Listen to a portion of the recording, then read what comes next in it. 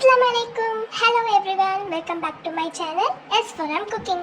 இன்னைக்கு நம்ம சேனல்ல சிக்கன் ஷீக் கபாப் எப்படி பண்றதுன்னு பார்க்கலாம். அதுக்கு முதல்ல 2 மீடியம் சைஸ் ஆனியன் எடுத்து ஒரு மீடியம் சைஸ்ல கட் பண்ணி எடுத்துக்கலாம். அதுக்கு அப்புறமா ஒரு 1 green chilli வந்து 2 பீசஸா கட் பண்ணி எடுத்துக்கலாம்.